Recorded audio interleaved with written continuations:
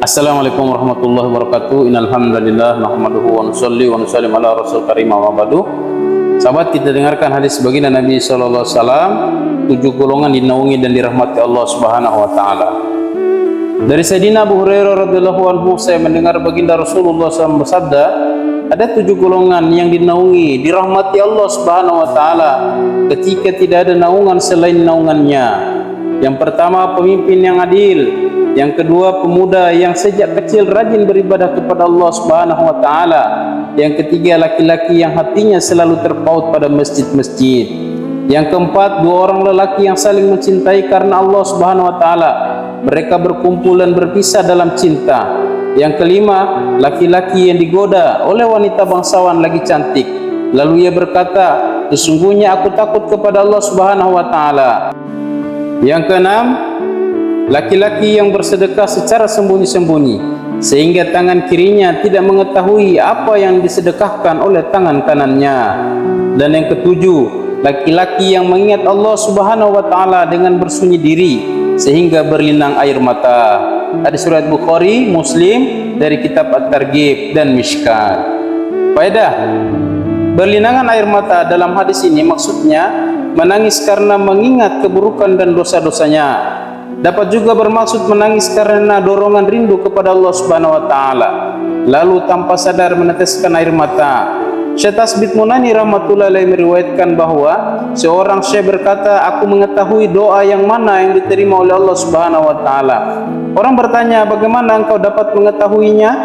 Jawabnya, ketika berdoa bulu romaku berdiri, hatiku merasa takut sehingga air mataku keluar. Itulah doaku yang diterima. Termasuk 7 golongan dalam hadis di atas adalah orang-orang yang mengingat Allah Subhanahu wa taala dengan bersunyi diri sehingga berlinang air mata. Di dalam diri orang tersebut terkumpul 2 kelebihan, dan keduanya dalam tingkat yang tinggi. Yang pertama, ikhlas, yaitu dalam keadaan bersunyi diri ia tetap sibuk berzikir kepada Allah Subhanahu wa taala. Yang kedua, takut kepada Allah Subhanahu wa taala dan rindu kepada Allah Subhanahu wa taala sehingga menangis di hadapannya. Seorang penyair berkata, pekerjaan kami ialah menangis pada malam hari, mengingat kekasih kami sehingga kantuk terkalahkan oleh rindu hati.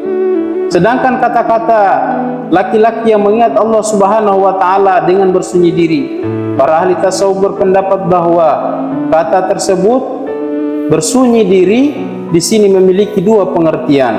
Yang pertama, pengertian umum, yaitu benar-benar sendirian, sunyi dari keramaian manusia. Penafsiran itulah yang biasanya digunakan. Yang kedua, pengertian khusus, yaitu kosong dari segala pikiran selain kepada Allah Subhanahu wa taala. Itulah arti bersunyi diri yang sebenarnya. Oleh karena itu, derajat yang paling sempurna adalah mengusahakan 2 bentuk kesunyian di atas. Namun, jika seorang berada dalam suatu keramaian dan ia dapat menyingkirkan segala pikiran selain kepada Allah Subhanahu wa taala dan ia berzikir menangis, maka ia termasuk golongan yang dimaksud dalam hadis di atas. Ketika kesendirian ataupun dalam keramaian, baginya sama saja. Jika dalam hatinya tidak ada pikiran selain kepada Allah Subhanahu wa taala, meskipun ia berada dalam keramaian, ia tidak akan terganggu konsentrasinya.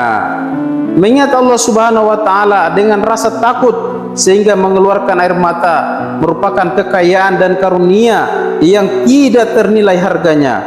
Betapa bernasib baik orang-orang yang telah diberi oleh Allah Subhanahu wa taala karunia seperti itu. Sebuah hadis menyatakan, barang siapa menangis karena takut kepada Allah Subhanahu wa taala, maka ia tidak akan dimasukkan ke dalam neraka, sebagaimana air susu ibu tidak mungkin kembali ke dalam puting susunya. Artinya, sebagaimana air susu mustahil kembali masuk ke dalam puting susu, maka mustahil pula ia masuk ke neraka. Disebutkan dalam hadis lain, barang siapa menangis karena takut kepada Allah Subhanahu wa taala sehingga air matanya menetes ke bumi, maka ia tidak akan disiksa pada hari kiamat. Sebuah hadis menyatakan, 2 mata yang haram masuk neraka. Yang pertama, mata yang menangis karena takut kepada Allah Subhanahu wa taala, Dan yang kedua, mata yang digunakan untuk menjaga Islam dan kaum muslimin dari serangan orang kafir.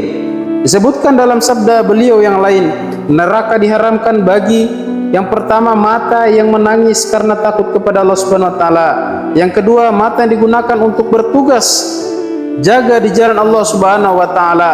Yang ketiga, mata yang ditahan agar tidak melihat hal-hal yang dilarang seperti melihat wanita yang bukan mahram dan yang lainnya. Dan yang keempat, mata yang berkorban di jalan Allah Subhanahu wa taala. Sebuah riwayat menyebutkan bahwa orang berzikir dengan bersunyi diri seperti orang yang bertempur sendirian melawan orang-orang kafir. Alhamdulillah hadirin mulia, telah kita dengarkan beberapa keutamaan ahli zikrullah sehingga Allah Subhanahu wa taala mengharamkan untuknya neraka jahanam. Semoga termasuk kita yang senantiasa berzikir kepada Allah Subhanahu wa taala di mana saja kita berada. Wassalamualaikum warahmatullahi wabarakatuh.